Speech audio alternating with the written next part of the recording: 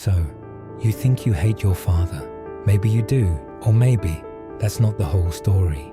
Some people spend their entire lives wondering why they feel so distant from their father, without realizing the answer may have begun in childhood.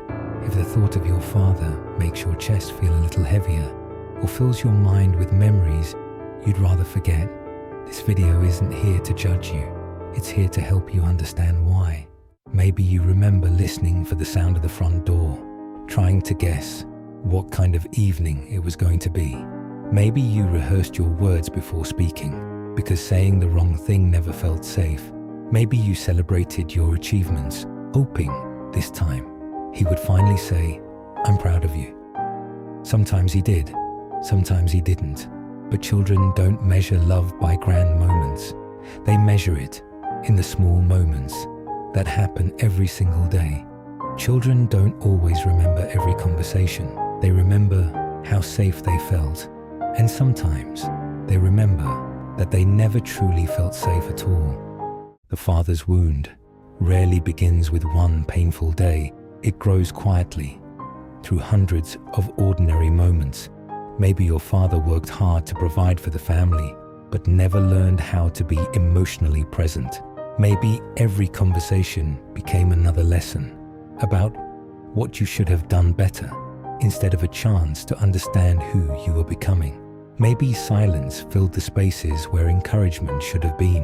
When your father only noticed you after success, a dangerous belief can begin to grow, that love must be earned, not received. Maybe you were compared to another child, a sibling, a cousin, someone who always seemed to be enough. And little by little, you stopped asking, "Who am I?"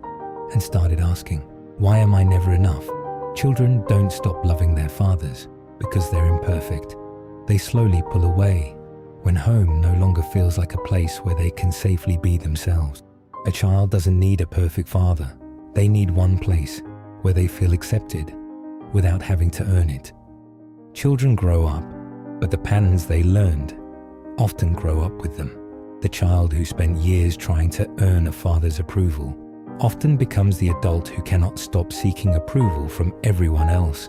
The child who learned to hide emotions often becomes the adult who says, "I'm fine," even when they're falling apart.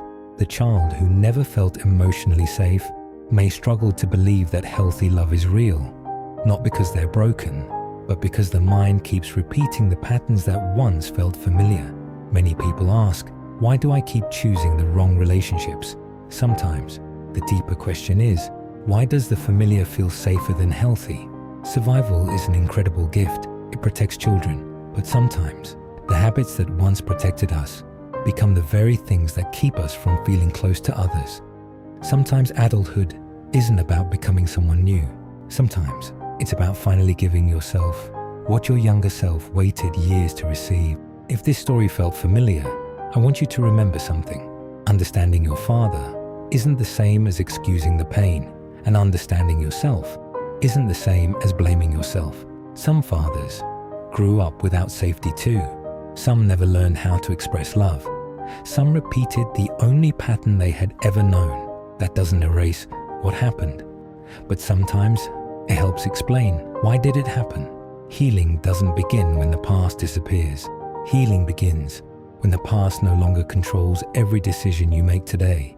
Maybe you never hated your father. Maybe what you've been carrying is the grief of never receiving the father you needed.